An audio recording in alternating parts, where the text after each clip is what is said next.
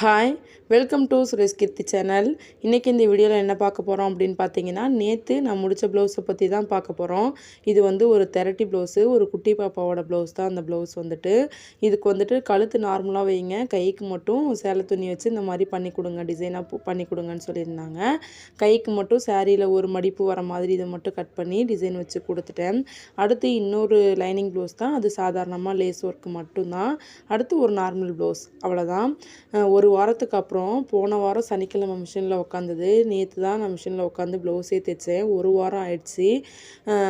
ஜாமான் எடுக்க போகிறது, வெளியே போகிறது இந்த மாதிரியே இருந்ததுனால ஒரு வாரத்துக்கு அப்புறமா தான் நான் இப்போ தைச்சேன்.